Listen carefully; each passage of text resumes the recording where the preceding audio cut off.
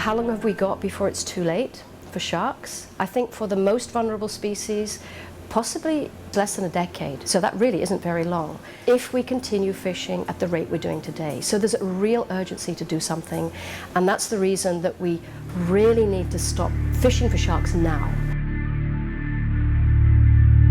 As wealth has grown in China and Asia in the last few decades, consumption of shark's fin soup has increased dramatically. From being food for an emperor, shark's fin soup is now consumed by millions. The fins of up to 73 million sharks are estimated to be traded every year. The demand for shark fin is so high, and the ability of sharks to supply the fin is so low that I honestly don't think we can control ourselves. Sharks have been around for more than 400 million years, and as apex predators, play an important role in balancing the marine ecosystem. The disappearance of sharks could spell disaster for maintaining this delicate balance. But the tide is turning. People around the world have started to wake up to the rapidly declining shark populations and are taking action to stop the trend before it's too late. It started just a few years ago with a few environmental organizations and concerned individuals, but the movement soon spread. When Disneyland opened in Hong Kong in 2005, it promoted itself as an environmentally responsible company. However, its wedding banquet menu featured shark's fin soup, causing WWF, Greenpeace and others to launch a protest. After a protracted standoff, Disneyland relented and took the soup off the menu. Many small local initiatives, such as a local art school in Hong Kong, encouraged young people to reflect on the importance of preserving sharks in our oceans. My main motivation behind painting the piece was perhaps fueled by the fact that I'm coming from one of the biggest shark-consuming societies around the world. The intense consumption only in Hong Kong, we're placing the marine ecosystem in great danger. In Singapore, a similar movement was born, with the Fairmont Hotel pledging not to serve shark's fin soup. We were really very concerned what was going to be the impact in the market when we made this decision.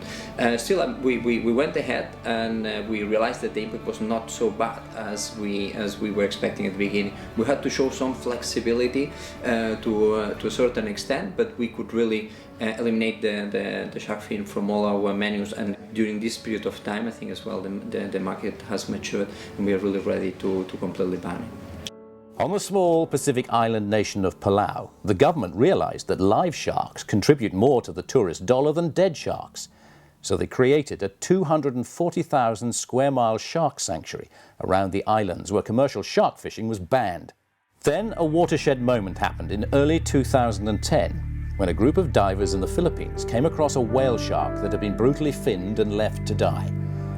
One of the divers in the group shot a video which was posted on YouTube. The video went viral. Tens of thousands of people around the world watched it in stunned disbelief. The horrific death of this whale shark served to educate many people about the ugly truth of the shark fin trade. The general population was starting to wake up. The Maldives in the Indian Ocean decided to follow in Palau's footsteps by banning shark fishing in its waters. One of several popular Facebook groups created by shark campaigner Clement Lee attracted thousands of fans by encouraging people to reduce wedding gift money by 30% if shark's fin soup was served at the banquet. Global public awareness was growing and reaching government levels. Legislators in the US state of Hawaii voted in May 2010 to be the first government in the world to ban the possession, distribution and sale of shark fin within the state. The bill was passed with a comfortable majority. Back in Shark Fin Central, popular support was now really catching on. 唔食鯊魚唔係因為淨係話殘殺一件咁簡單嘅事咯，因為如果冇咗鯊魚嘅話，其實可能成個海洋會有好多嘅變化，而呢啲變化可能我哋個傷害係大家都唔會知道嘅。我自己作為一個移民咧，對衣食魚翅咧都係唔係咁好，應該係要保持唔好食魚翅咯。In mid-2010, the Hong Kong Shark Foundation launched a letter campaign against Citibank, which had released a major credit card promotion campaign involving shark's fin soup. After receiving hundreds of letters from around the world, Citibank backed down and recalled the entire campaign.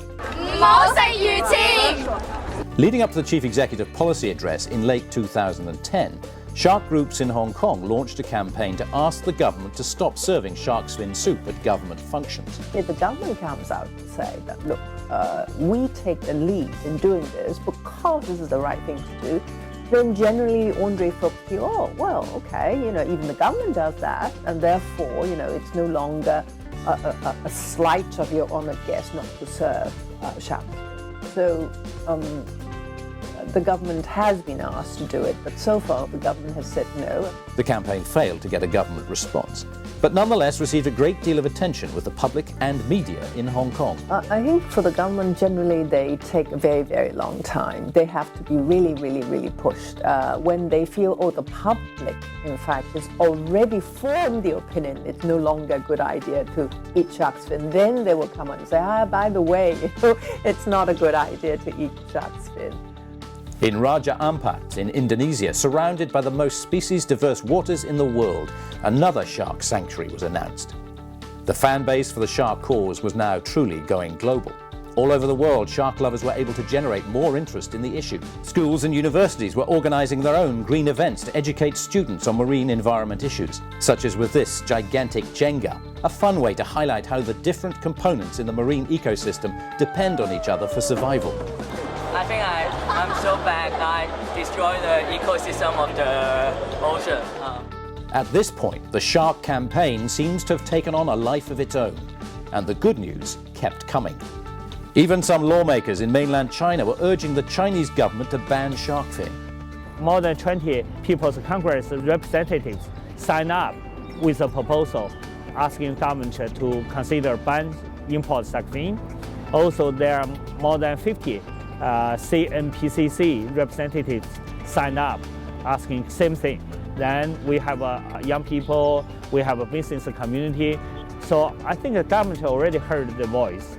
In April, an extensive study by marine conservation organisation Bloom revealed that 78% of the Hong Kong population feel that shark-free wedding banquets are acceptable. An overwhelming 85% expressed support for a ban to import shark fin to Hong Kong. News reports of new legislation was coming in thick and fast. Brantford became the first area in Canada to ban sale, possession and distribution of shark's fin. Washington State was next in line in the US to legislate against the shark fin trade. And then Oregon. In June, Honduras created a shark sanctuary. Bahamas follows Honduras to protect its dive tourist dollars too. Fiji was next in line in July 2011 to ban shark fin. Even Taiwan, one of the world's biggest traders and consumers of shark's fin, now decided to tighten fishing laws to require fishing boats to bring the whole shark to port. The legislation that has developed in many places to ensure that the whole shark is brought back, not just the fin, is a good move towards sustainable shark fishery because it will reduce the number of sharks you can take in any one fishing trip. However, from what I understand, the fishing pressure on shark populations in general is so enormous that I'm not yet convinced that it will take us to the sustainable level of fishing that we really need to be to make sure that the fisheries of sharks can continue and the populations persist. Soon after, South America joins the unstoppable changing tide, with Chile banning shark finning in its waters. In early September, after much debate and controversy, with some calling the bill racist, the Californian Senate passed the bill to ban trade, sale and possession of shark's fin in the US state. This was a huge victory, with massive impact, as California is the biggest trader and consumer of shark's fin outside of Asia. This isn't a cultural issue, this is an issue of biological limits. And sometimes discussions get mired down in that, which is a frustration because that's a distraction. It's not, it's about our relationship, human relationship with the natural world. Of equal importance because of its large Chinese population, the city of Toronto overwhelmingly voted through a ban on shark's fin in October 2011. I always talk to people saying there are some old Chinese traditions, like women bend their feet, and that had to get rid of 100 years ago. So tradition and good one we really needed to keep, but bad ones we needed to throw it away. So eating shark fin is not good one. The four hands symbolize the need for it to be a united action. Like with any other global issue right now, it demands the attention of everyone on Earth. I just hope that we do it, as I said before, not because it's just marketing-wise it sells and it's nice to be green, but because we are convinced that we are doing the right thing. It's good for the planet, it's good for everyone, and it can be done without having any significant negative impact on the results.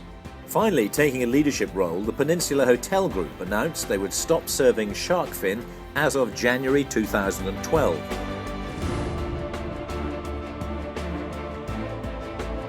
Even the Bank of China has now pledged to say no to sharkfin.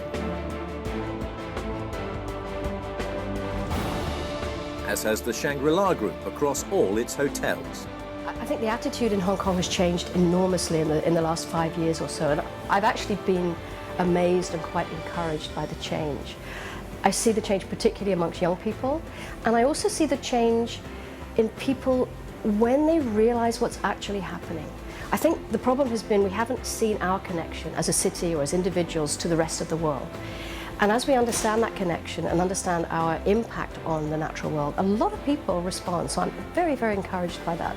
As a consumer, actually, you can change the world and never underestimate, your own influence.